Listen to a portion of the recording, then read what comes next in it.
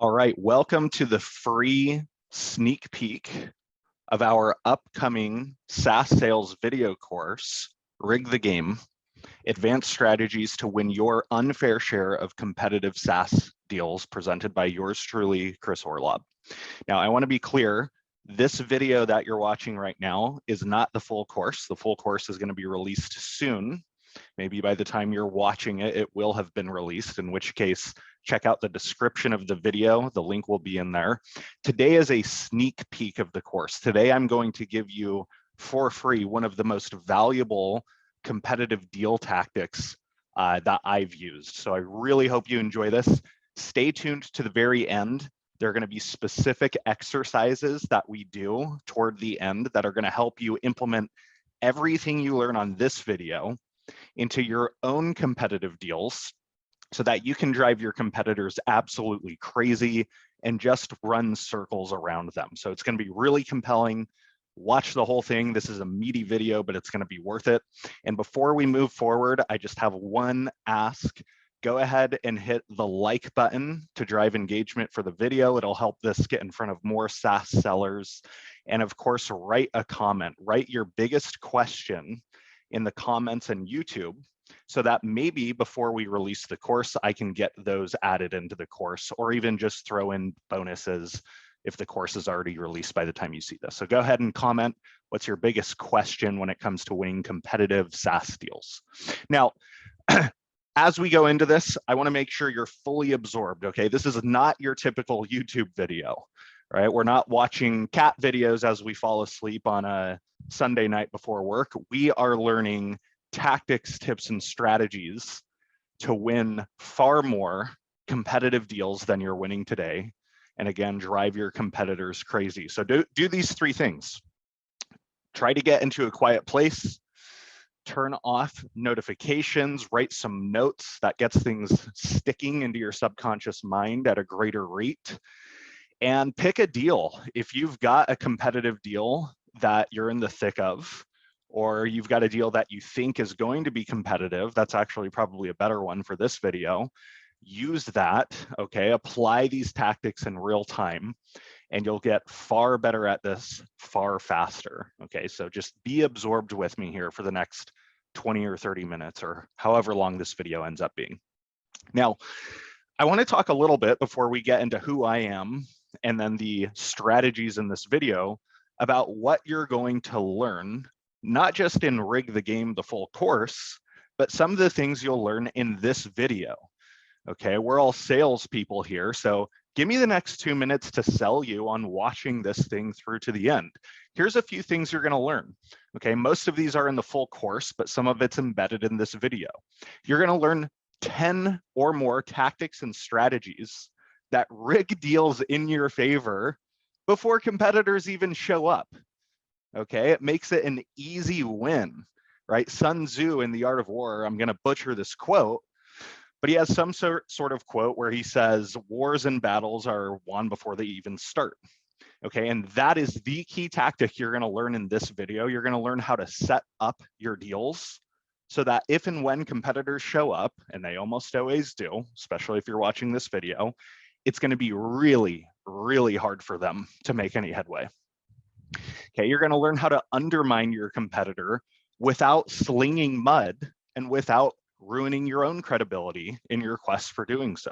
You'll learn a very specific tactic for doing that. Once you're in the thick of a fight, you'll learn 10 or more shockingly effective tactics to win bake-offs and head-to-head competitive deals. I am shocked at how few SaaS sellers even know about these. Most of these there's a couple of these that are used frequently, but there are 10 or more that no SaaS sellers use, and they are very successful. Okay, you'll learn word-for-word phrases to deal with FUD, which stands for fear, uncertainty, and doubt, that your competitors plant in your customer's mind about you. And the best part about this tactic is it's like judo. You almost want your competitors to throw FUD at you because you're going to take that FUD, you're going to catch it, and you're going to use it against them in a way that undermines your competitor and puts you on a huge pedestal in front of your customers, okay? This is sales judo. You're going to learn some Hail Mary techniques, okay? I've got a couple things that'll teach you exactly what to do when you're losing so that you can turn the deal around. Now, I would be overselling if I told you this works every single time, but I bet you're not doing these techniques today, and you'll probably double your odds of being able to turn around losing deals and get your way in before it closes. I'll teach you how to plant landmines that blow up in your competitor's face, okay? Especially early in the deal, a few things you can kind of feed your customer in a way that when competitors come into the deal, they're playing on a losing playing field, right? They're walking through a landmine and they're sure to be tripped up by something. And then finally, you're going to learn how to face off with procurement or finance or just other tough negotiators when your competitor undercuts you on price, right? This always happens in SaaS. There's always an undercutter in every space. And so you're not only going to learn how to win competitive deals, you're going to learn how to win them with pricing discipline and win at the prices that you want instead of giving 20, 30, 50% discounts just to match your competitors. Okay, so that's what we're going for in this course. You're going to learn some of that in this video. Before we get into the tips and tactics, I want to tell you a little bit about who am I. I want to make sure you understand that the knowledge I have is going to be effective, okay, especially for those of you who have not heard of me. So this is me. My name is Chris Orlob. And right now, I'm the co-founder of two different businesses right now. One is pclub.io, which is the #1 SaaS sales video course business on the internet. And you can go check out our courses at that link, pclub.io. And then the other is Quota Signal, which is a SaaS services and information products business dedicated to solving sales hiring. Okay. And before this, and kind of what I'm known for, is playing several key go-to-market roles, the longest of which was director of sales at Gong. Okay, so many of you have heard of Gong. It is a 800-pound gorilla in the SaaS world. I joined that company at about $178,000 in ARR, just under 200 grand. And I played instrumental roles in growing the company beyond $200 million in ARR before I left to go co-found startups again. We achieved a $7.2 billion valuation. And along the way, I built the #1 producing, #1 attaining sales organization within the company. I had 30 reps reporting to me. We were the top producing team during the years that I was running that organization, and we had a lot of fun along the way. Now, between Gong, my life before that, and through pClub, I have now helped well over 1,000 SaaS sellers close more deals through my trainings, right? Many of these are live trainings. Some of them are video courses. Some of them were coaching and training my own reps. I'm clocking in at closer to 2,000 now. The slide is a little bit outdated. I get new course signups every day, probably 20 or 30 new course signups every day. And people are raving about the trainings that I'm delivering to them. Okay, so I know what I'm doing when it comes to making SaaS sellers highly, highly effective at their jobs and making them more successful. Now, I already kind of mentioned this, but the big highlight on my career so far has been growing Gong from what I mentioned, 200 grand to 200 million in ARR and a $7.2 billion valuation, and leading my team to be the #1 producing team at Gong, right? I won't belabor you with this, but this is a picture of me and a lot of them at President's Club in Mexico in June of 2021. Now, a couple more things that you need to know that's far more relevant to what we're going to be talking about today, and then we'll get into this, is Gong became worth 15 times our closest competitor, which was Chorus. Okay, and you could argue that our products were not all that different. Sometimes we would be ahead, sometimes they would be ahead. And what it came down to was sales and marketing prowess. We were really, really, really good at winning in the competitive arena against any competitor. And this was the result, this article is actually a little inaccurate, $7.2 billion valuation, while Chorus sold their business for $500 million, despite us starting at the exact same time. So along the way at Gong and in previous lives, I built a bulletproof competitive selling toolkit. And finally, the last thing you need to know about me is I've spent over a decade, not just at Gong, but over a decade in one of the most competitive industries on the planet, which is sales technology, right? First at InsideSales.com, then co-founding my business called Conversature, then joining Gong, and now within Quota Signal. And you can see just how overwhelming the sales technology landscape is, how competitive it is. And so I have used and honed and refined these competitive selling techniques through trial and error. They've been through the fire and they work really, really good. And I'm going to share everything I've learned along that decade with you in this course. And I'm going to share some of it in this video for free today. You're going to learn how to drive your competitors crazy. All right, let's get into the competitive deal strategy you're going to learn today, which is probably the most effective, important one. Rig the buying criteria in your favor. Okay, this is how you set up a deal to be insulated from your competitors. And it works at the beginning of the deal to keep competitors out and giving them a really hard time to even get any traction in the deal. And you can also use this tactic and this strategy to reorient your deal if you're about halfway through. Now, it won't work at the end of your deal, okay? If you're at the end and you're losing, this is not a turnaround strategy. You've got to do this in somewhere around the first half of your deal cycle, okay? And let's talk about exactly how this works. So let's start here. What exactly is buying criteria? Okay, what is buying criteria? And it's basically a list. It can be formal or informal. Some buyers go so far as to documenting this, and some of them just kind of have it floating around their head. But it's a list of capabilities or features or requirements customers want in a solution they're evaluating. Okay, so it could be product features that they need to solve their problem. It could be criteria at the company level, like some buyers will only buy from well-funded venture-backed startups and won't buy from, small bootstrapping ones. But it's a list of requirements a buyer has set to make a buying decision, okay? And you're going to influence this in your product and your company's favor.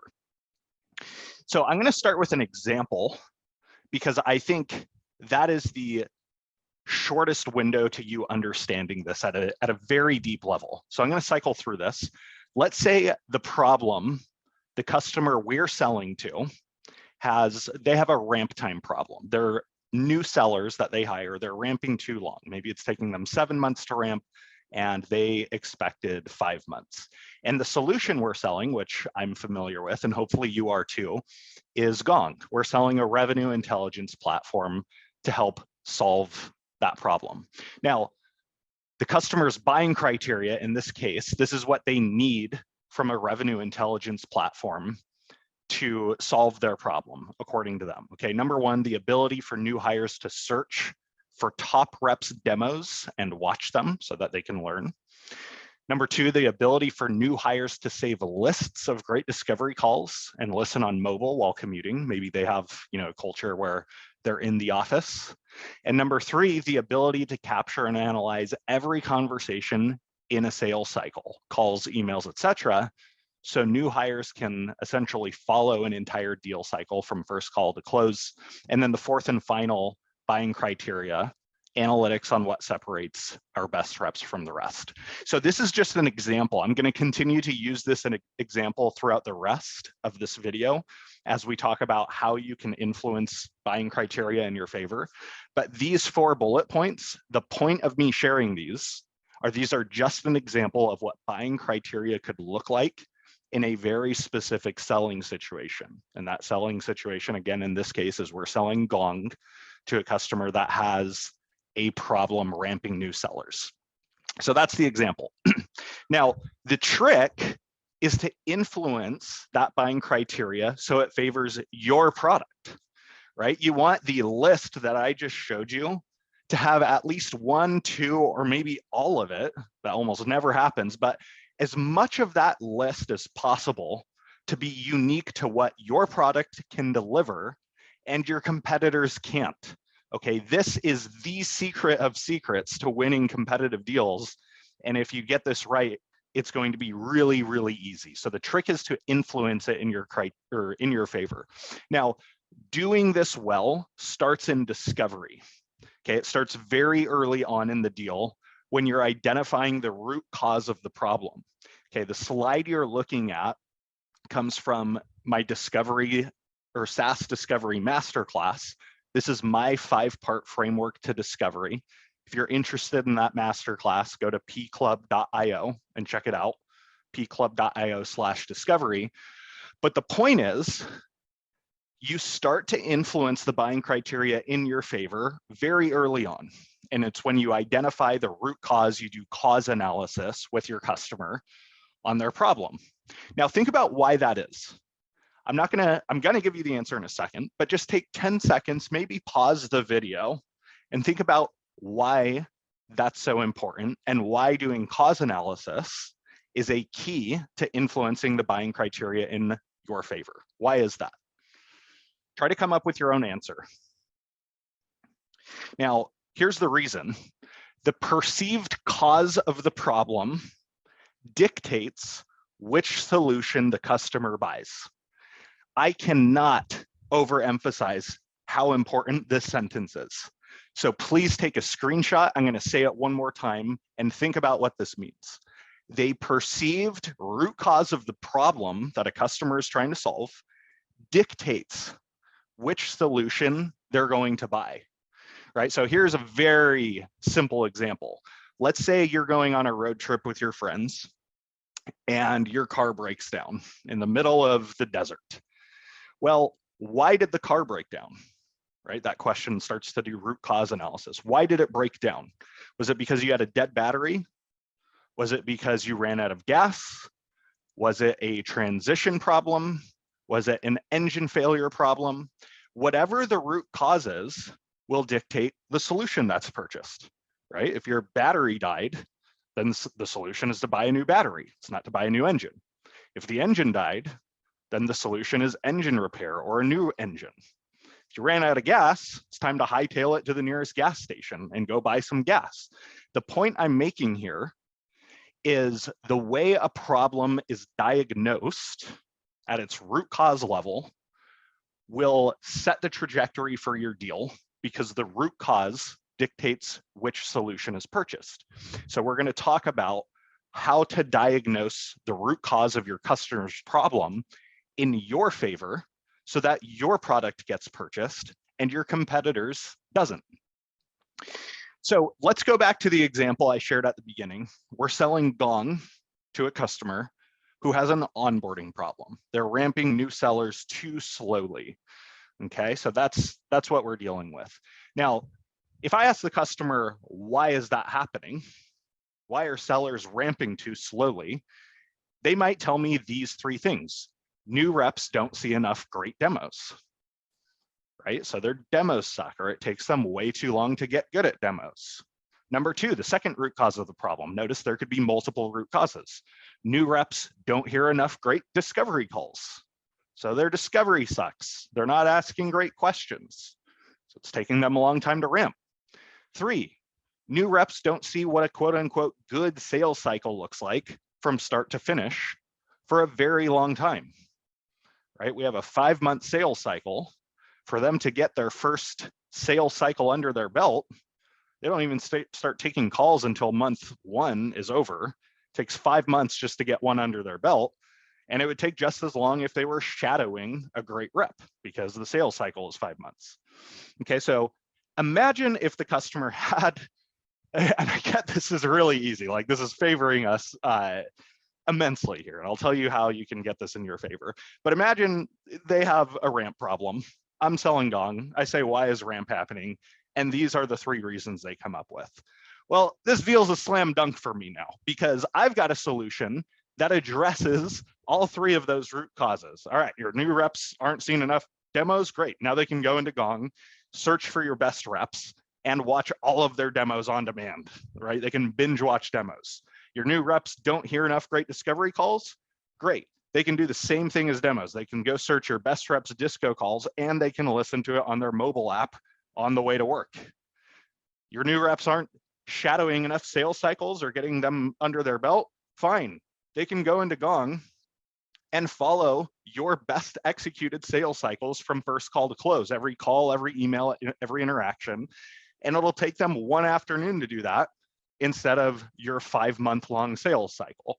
Okay, so the reason I'm sharing this example and really hammering it in is to embed into your mind that the way a customer's business problem is diagnosed at the root cause level will dictate what features they need, what capabilities they need, what they need from a company. And if they diagnose it in a way that a unique product capability you deliver that your competitors can't, then you win that deal, okay? As long as you maintain that buying criteria, you will win that deal. So the question then becomes, how do you rig the root cause in your favor? This is where we get to the fun stuff in this training. I live for this stuff. You're gonna get very good at this if you take the rest of this video seriously. So there is a 3-step sequence that we're going to unpack for the rest of this training to diagnose the root cause in your favor, okay? So this slide isn't the entirety of it. We're gonna go into detail on all 3 of these pieces, mainly the last 2. The first step is find the business problem, right? We won't go into too much detail there because you probably already know how to do that. This is basic discovery. You gotta start by understanding the business problem. Number 2, ask an open diagnostic question. And I'll talk about why that's so important. My favorite is, what's your opinion on why that's happening, right? Customer shares a business problem. What's your opinion on why that's happening? And then 3, and this is where the Jedi mind magic is, ask a series of targeted diagnostic questions. And these are the questions that rig the root cause in your favor. There is so much psychology at work behind these 3 simple steps. I'm gonna unpack it all for you as we continue with the rest of this video. Now, let's start with this. What is the difference between an open and a targeted diagnostic question? This is so important to understand. An open question is an open-ended question, as you would expect, that allows the buyer to go whatever direction they choose when they're answering a question. They allow your buyer to answer freely. You're not trying to funnel them in any specific way. It's answer however the hell you want, right? I'm not asking a rhetorical, leading, or funneled question. Now, a targeted question is the exact opposite. It is a question you use to narrow your buyer's focus to something very specific you'd like them to talk about, such as a root cause that only your solution addresses and competitors don't. So do not move on with the rest of this video course or this video training, this free training, until you understand the difference between both of these, because now I'm going to teach you how to sequence them together in a way that helps you diagnose problems in your favor in selling situations. So just to make sure you understand, here's a couple examples of open versus targeted diagnostic questions. Open over here on the left, right? We're using the same ramp example. What's your opinion on why ramp time is slower than you'd like? Right? The buyer can answer in a way that favors you, doesn't favor you, whatever. They can answer freely. Over here on the right, we've got a targeted diagnostic question. It's a question that gets them to answer the root cause in a way that favors me selling Gong. And that is, to what extent do you think it's because new reps don't learn what a good sales cycle looks like fast enough? And then they might think, I've never thought about that before. Actually, I think that's a huge part of the problem. We have a 5-month sales cycle. Of course, it's taking them 7 months to ramp. They only see one sales cycle within their first 5 months. So take note of the differences between these. The first one, lets the buyer answer freely when it comes to diagnosing the problem. The second one gets them thinking about something specific. And that specific thing should be a root cause that only your product addresses. Now, here's where the psychology comes into play. Why do you ask open questions before targeted questions? Okay, think about the answer to that for a second. The answer is asking an open question first gives you permission to then ask a targeted question. This is like a glitch in human psychology. If you give your buyer the freedom to answer however they want with an open question, and then you ask your targeted questions that are designed to get them to answer in your favor, they are all for it. It works almost every time. But the opposite is not true. If you start with a targeted question, right? Let's say they say, oh yeah, we've got a 7-month ramp problem. And you don't give them the freedom to diagnose first, you go straight to funneling them with a targeted question. You say something like, to what extent is that because you've got a long sales cycle and it takes them forever to follow a sales cycle? They're gonna resist it because now it feels like you're trying to control them, okay? Now, again, they don't feel controlled when you ask targeted questions as long as you first given them the freedom to answer however the hell they want. This is the key of keys to getting this right. Open question first, it gives them psychological freedom and safety, and you can immediately follow it with a series of targeted questions that influence the rest of the deal in your favor. So I'm going to show you what this would look like, continuing our example. Open question first. Why do you think your ramp time is 7 months? Notice I'm giving them psychological freedom to answer that question however they want. They might answer it in a way that doesn't favor me at all. They might even answer it in a way that doesn't favor my competitors or just our entire category at all. You know, they might say we're hiring the wrong reps. Doesn't matter. The point is we're giving them freedom to answer the question however they want. And now, once and only once we've done that, can we start to influence things in our favor? So we'll follow that with a targeted question. To what extent do you think it's because new reps don't learn what a good sales cycle looks like fast enough? They're going to answer, how important is the demo in your sales cycle? Could part of the issue also be that new reps don't get to see enough of your best demos, right? Notice that I'm diagnosing the issue in a way that searching for great demo calls delivers on. What about discovery? Are they getting enough exposure to what great looks like when it comes to discovery, right? This sequence of discovery, imagine if those 3 root causes are causes that only I can solve with Gong. Okay, at one point in history, that was true. It's not anymore, but just bear with me for a second.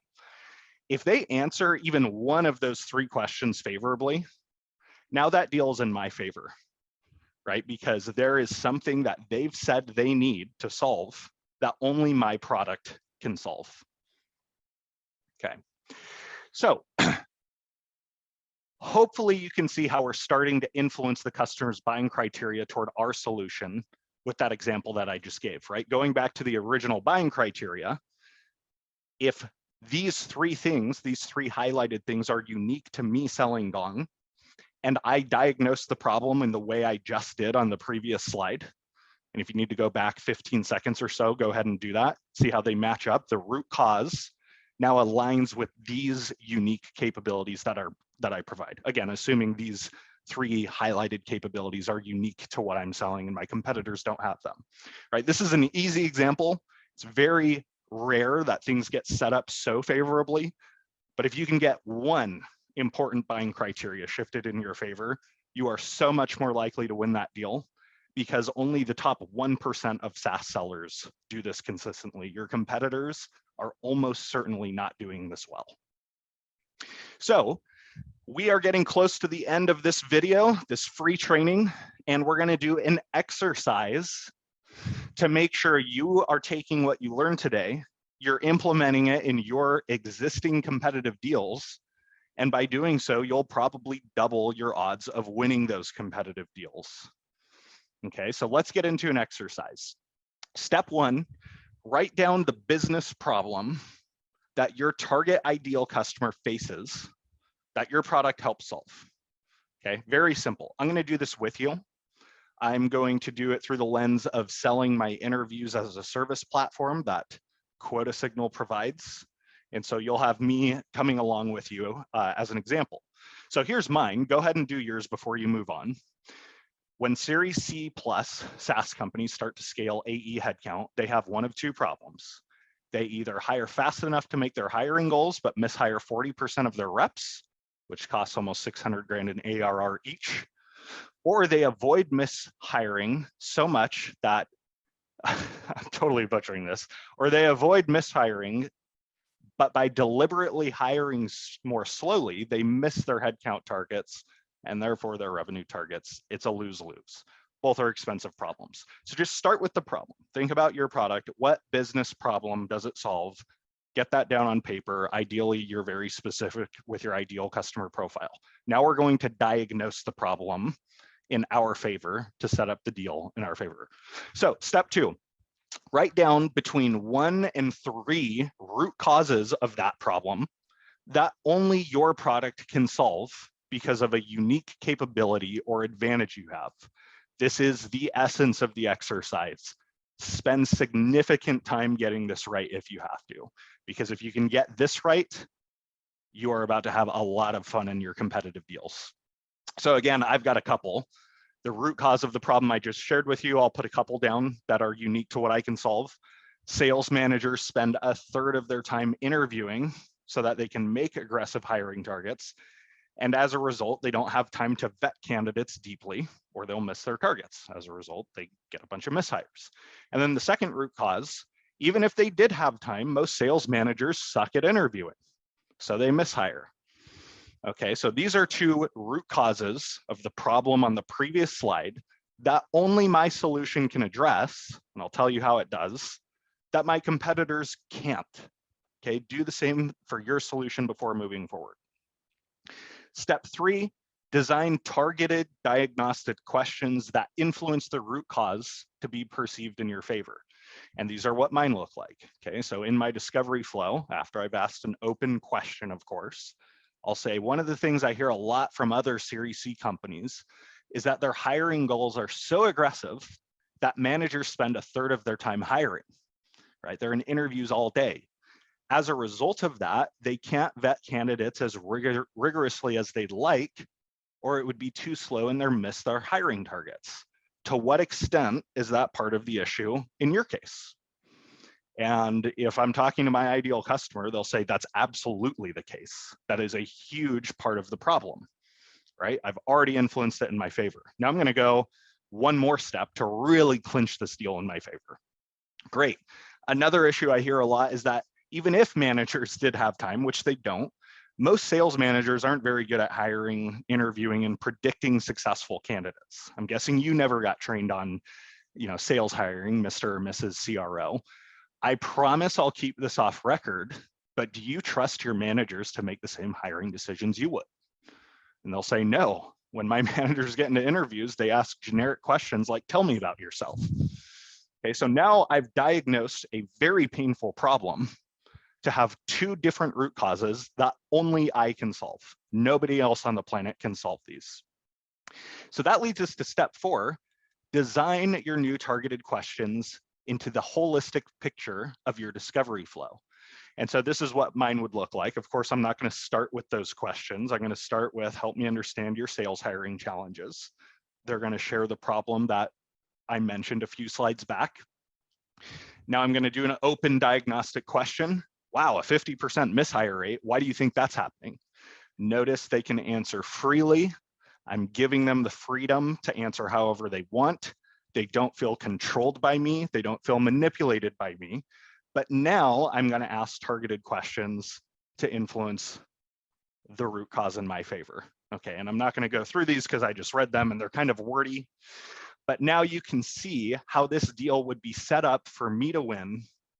And if only I can solve those root cause problems, a competitor is going to have a very, very hard time winning that deal, as long as my customer believes my product will solve this. And that is a topic for another video that's going to be in the video course. So you'll have to stay tuned for the next one, but huge warning before we move on, do this exercise. Don't move forward until you do. Don't watch the next video until you do. And in the next video, I'm going to tell you how to put the nail in the coffin, right? I just made an important comment, which is the only way I don't win that deal is my buyer doesn't think my product can solve the root cause that I just diagnosed. Hopefully no one can hear that timer going off. 1 second. Anyway, I just had a weird timer go off. That's okay. This is a free video. This isn't the course. Let me figure out how to get back to my screen. There we go. Anyway, in the next video, I'm going to tell you how to solve that problem, right? I'm going to tell you how to make sure your buyer believes that your product can address the root cause you just diagnosed. So if you liked this video, do a few things before we wrap up. Number one, make sure you did that exercise. That's the most important. Number two, click like on YouTube. Number three, write a comment. What questions do you still have on winning competitive deals? Maybe I can address it in a future video. And number four, if you want early access to the full course, or if you want to get updated with a promotional discount on the full course, I'm going to throw a link in the description. Make sure you check that out, subscribe with your email, and I am looking forward to the next video and releasing the full course. Thanks, everyone.